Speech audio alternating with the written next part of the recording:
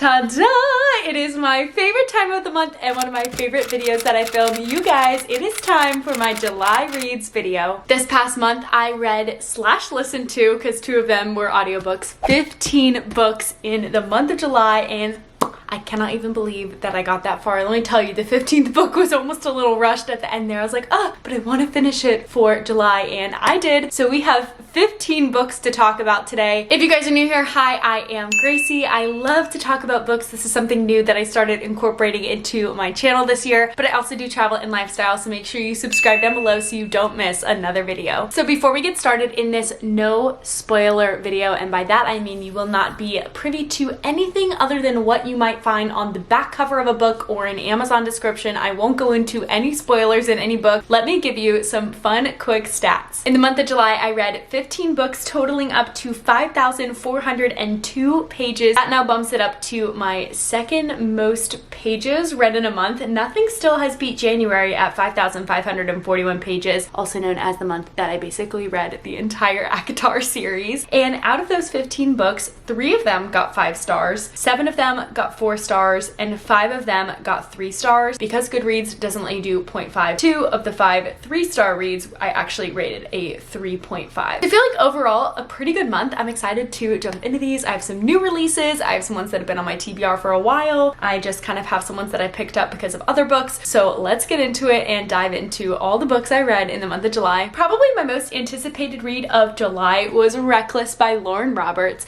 You guys, I love the Powerless series. So I read Powerless and Powerful, I think back in May. Then June obviously was the month in between, and Reckless came out July 2nd. I genuinely had it shipped to my house, read the physical copy so quick. I think it took me like a day and a half to read this. I flew through it, you guys. I love Peyton and Kai. Everything is perfect. This book, I gave 5 stars. So for me, it doesn't necessarily need to be a literary masterpiece to get 5 stars. There are a lot of things that go into giving a 5-star read, including how much I enjoyed it, how much I didn't want to put it down, what I thought about it, what it made me feel, and of course, how it was written. There definitely were some typos and some other things that I saw in this book, but I think that's just because it had just come out and maybe they had missed a few things. But overall, looking at it, how quickly I read it, how much I enjoyed it, I could not wait to turn the pages. I absolutely loved this. I cannot wait for the 3rd book to come out in April. I felt like it was such a crime that I finished this on July 3rd, like the day after it came out, because I was like, okay, great. Now I have to wait till April. I'm gonna try not to start any more series that aren't completed or aren't having a book come out for a while, because I'm gonna be crushed that I have to wait until April. So Lauren, if you're seeing this and you want to send a girl a book early, let me know, because I'm absolutely floored by this series. So after the Reckless book came out, there was a lot of division on Book Talk talking about how it was so similar to this other series called Red Queen. To be honest, I had never heard of the series before, but I thought, oh man, since I love these books so much, I'm gonna go pick up the Red Queen series, which led me to reading the first Red Queen book. I actually really enjoyed this. I did see some of the similarities, but I would not say it's plagiarism or copying at all. That's just my personal opinion, but I did really enjoy book 1. There are a lot of novellas that go along with this series as well, which I wasn't aware when I picked it up. I honestly had no clue what this was about, but that it was just similar to the other series. So I kind of went in blind to this, although I will say I gave Red Queen a 4. I gave Powerless a 5-star also. I enjoyed Powerless a lot more than Red Queen. That's just my personal opinion, but this still was great. I just felt like some of the parts were so slow and I was like, what is the point of this? What is going on? But overall, pretty great concept, and I hated how it ended and was excited to pick up the 2nd book. But instead, there's a novella that you're supposed to read after the 1st book called Queen Song. They only have it available on Kindle unless somewhere else in the world sells it. I could not find it on Amazon, could not find it online, so I just downloaded it to my Kindle, which is why the picture is here or here somewhere on the screen. This is a quick novella. I think it's around 100 pages. It was super quick to read. Yes, I did count it as one of my 15 books,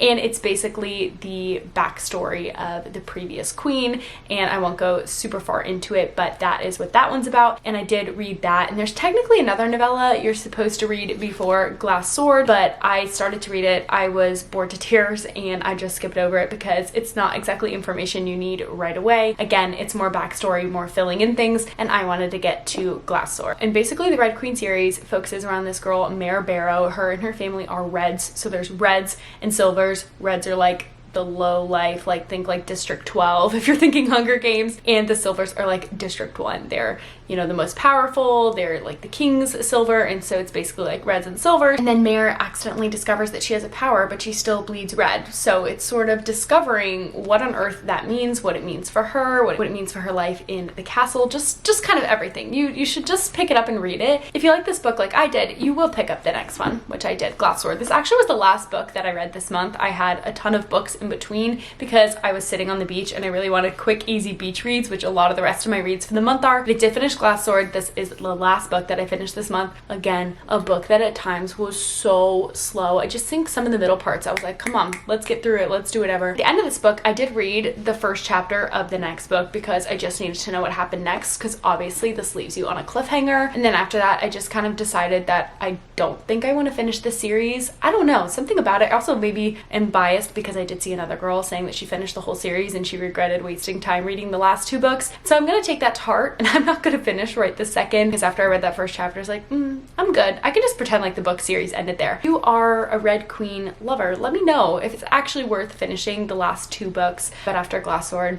I was kind of done. I was kind of like, okay, I feel like this can be the end of the story. I don't really know what you're gonna accomplish in 2 more books. But that was this one. Okay, out of romantasy for a second, I picked up this book, 2 o'clock on a Tuesday at Trevi Fountain, because I'd seen so many people post about it. I don't follow Helene on Instagram, but I know a lot of people that do. And for me, I think I would be a little too jealous if I followed her on Instagram because she moved abroad from the States. Not exactly that that's my plan or something I want to do, but she just has the coolest adventures. And I loved this book so much. When I was doing my TikToks and Reels for the yes, no, and maybe, I said it might be a maybe for you, but it was a yes for me because I'd love to travel. And I just loved reading about her life. I honestly had no clue about her other than I know that she moved from the US to Heidelberg, Germany, where she didn't know anyone or anything. And I think now they're living in the UK, but at the time she had just moved to Germany. And she basically talked about how she was miserable in the US, miserable in a corporate job. Her and her husband loved to travel. They used all their time off to travel, and then realized after she started her blog, like, hey, maybe we can do this from wherever we want to live in the world. And I won't go more into that, but it's just basically so many good truths in here, so many good stories, and I thoroughly enjoyed this one. One I didn't so thoroughly enjoy, The Dead Romantics. I absolutely loved A Novel Love Story last month by Ashley Poston, and so I decided, okay, because I loved this book, I'm gonna try another one of her books, which I also didn't realize she wrote The 7-Year Slip, which I liked earlier this year.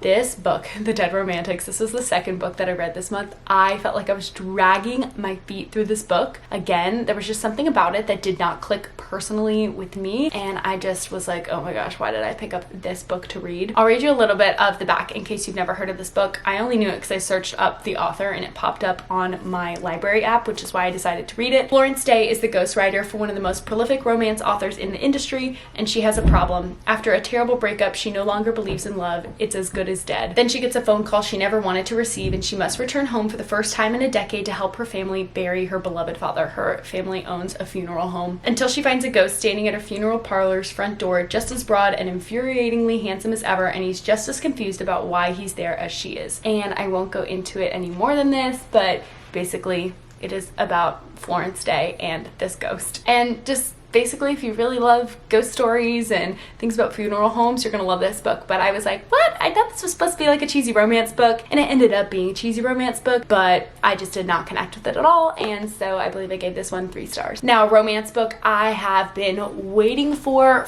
so long, B.K. Borison's Business Casual. This is the 4th and I believe final book in the Love Light Farms series. I started reading Love Light Farms, I think back in 2022 is when my Goodreads said that I was reading it, and I honestly forgot that there was going to be another book until I saw that this was coming out, and I said, yep, absolutely, I need to read that in release month, and it was so good. The book was spicier than I remember this series being, but I was thoroughly entertained. I'm not complaining, but I was like, whoa, forgot how spicy she puts in her books. But yeah, thoroughly enjoyed. 10 out of 10. Not really. I did give it 4 stars because there were a few things that were annoying me, but that happens in most every book. But this is the story of Nova Porter and Charlie, so I won't go into it too much because I don't want to spoil what happens in the previous 3. It could be a standalone, but I recommend reading the series so that you get to know all of the characters, and these are the last 2 to have a romance. The Lost Bookshop. Oh my goodness. I listened to this one as an audiobook, which I loved. There are 3 different narrators narrators, one for each character,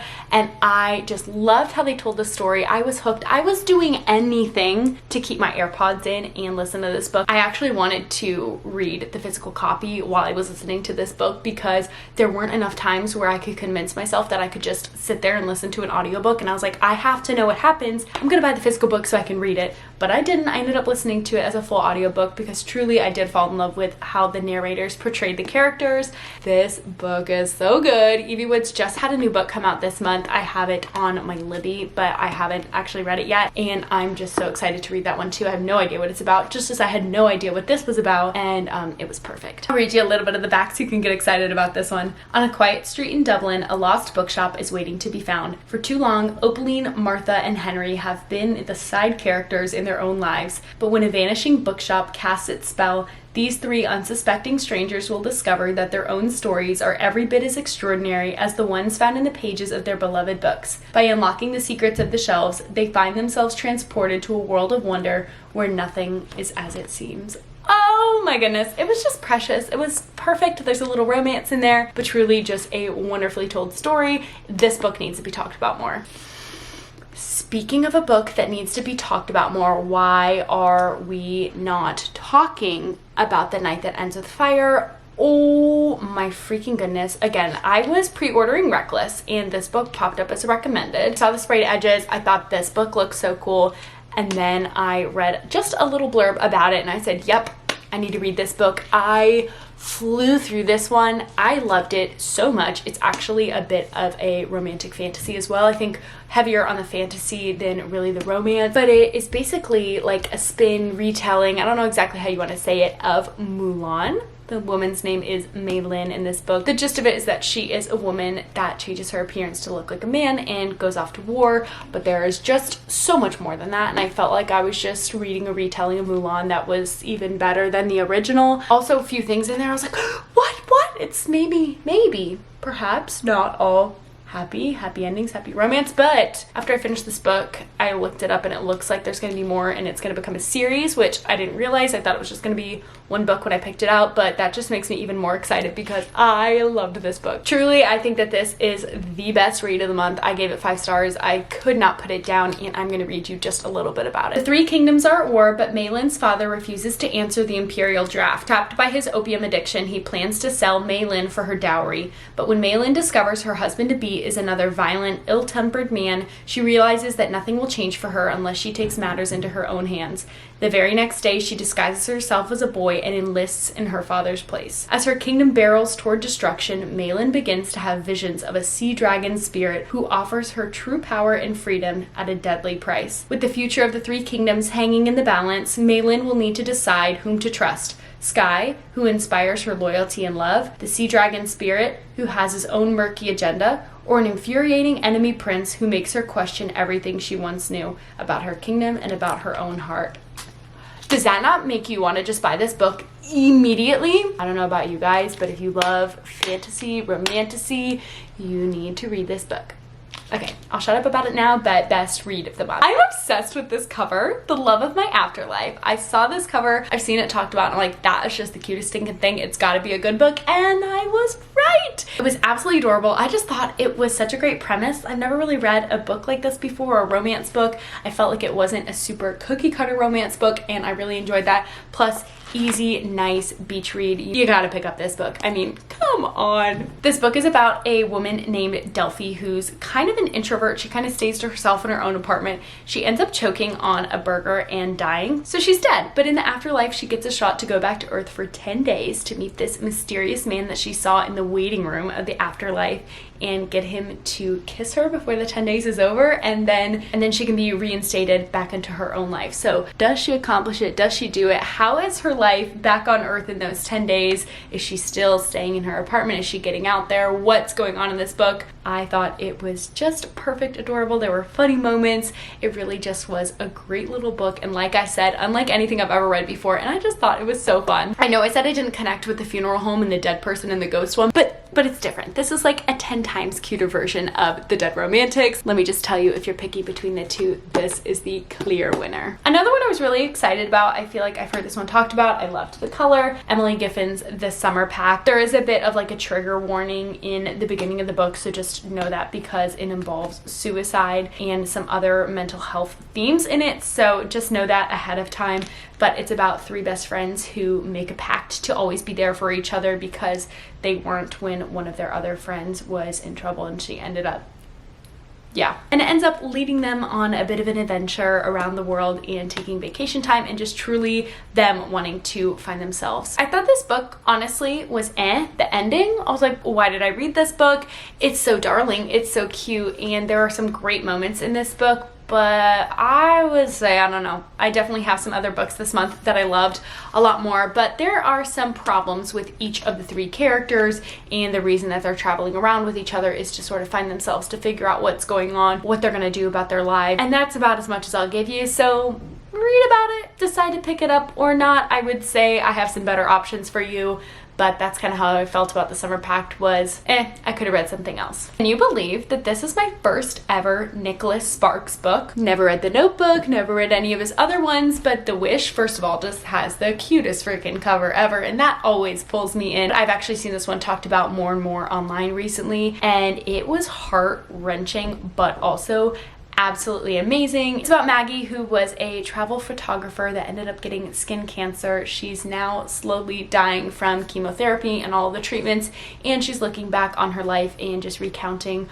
all of the stories, how she came to be the love of her life at 16, all of that. And oh my goodness, I had tears in my eyes at the ending. It just was such a sweet story. I will say the weird thing about this book is the chapters were so long. So you know how you can kind of pick up a book, oh, I really can only read for 15 minutes here or there. No, these chapters were long. Like one of the chapters on my Kindle was almost an hour long, but worth it. Don't be intimidated by that. Just leave it halfway through the chapter, put a bookmark in it, because this book is worth the read. And I just loved it. Definitely so precious, so sweet, and at the end will just have you so go do yourself a favor. Rom-Commers. I believe this also came out in the month of July. I'd never read a Catherine Center book before. I'm a sucker for the cover, like I said. Rom-Commers, I knew it was going to be an easy beach read, and I was going to be spending a week at the beach this month, and thoroughly enjoyed this one at the beach. First of all, if you get it in a hardcover, absolutely yes. Pink sprayed edges. I absolutely love that. I did read the Kindle version, but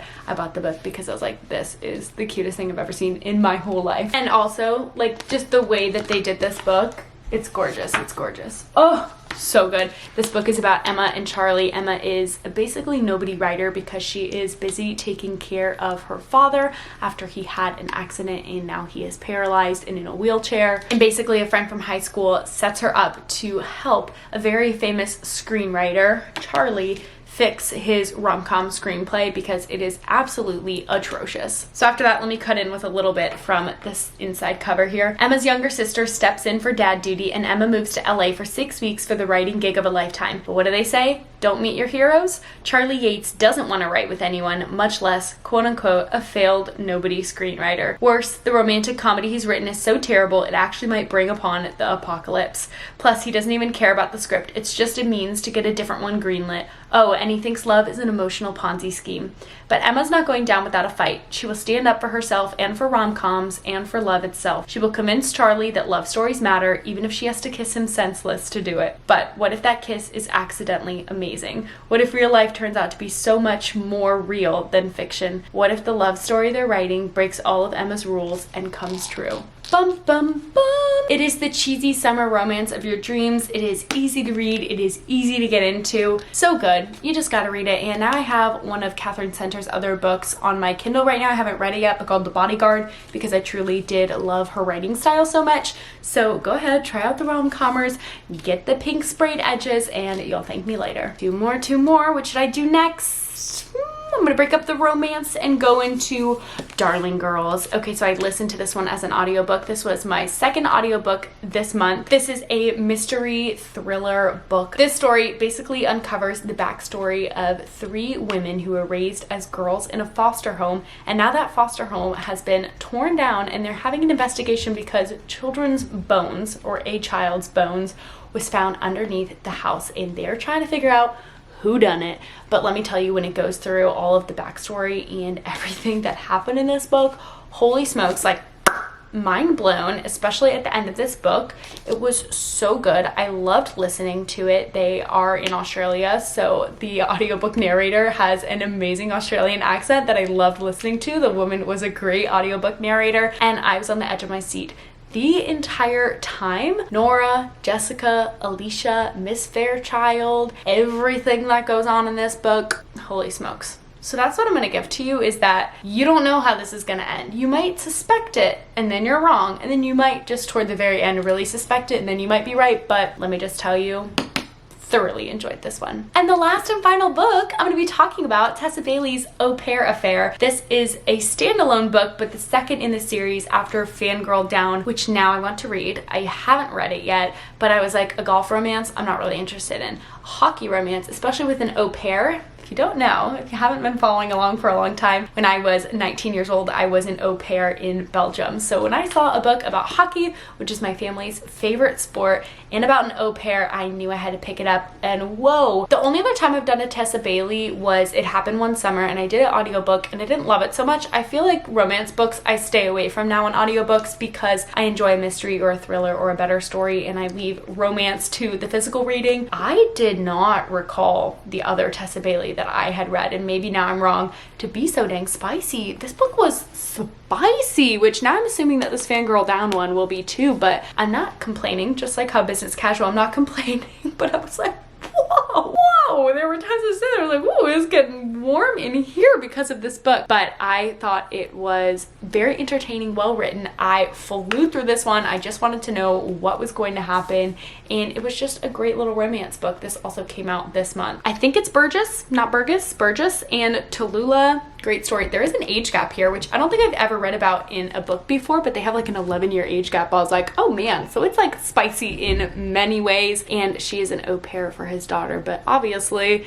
it may turn into something a little bit more than that. And those are the 15 books that I read in the month of July. I feel like overall it was a really good month of reading. It is August 2nd currently when I'm filming this, and I have not read anything. I feel like I'm just in a reading slump at the moment. I have a ton of books like ready to go on the library app, but also my Kindle is on airplane mode right now, trying to save some of the books I no longer have through the library. So I just need to pick up one and start reading, but I haven't yet, so I'm in a bit of a slump, but we'll see how August starts to go. I am getting on a plane this afternoon, so I have a feeling not only will I be editing this video, but I'll also be picking something up on my Kindle and starting off the month strong. If you have anything you think I should be reading in the month of August, leave it down below. I'm always open to suggestions, especially if it's anything like any of the books that I told you about. This is kind of my vibe, like romantasy, fantasy, romance, rom-coms, and I do like the thriller and mystery usually just for audiobooks because I feel like that keeps me entertained. And yeah, so if you have any recommendations around there, leave them down below. I would be happy to read them. Let me know if there's any more reading / book content that you want. If you follow me on my other social medias, you'll also be able to see my silent review and my yes, no, maybe review for my July reads, including all of these books.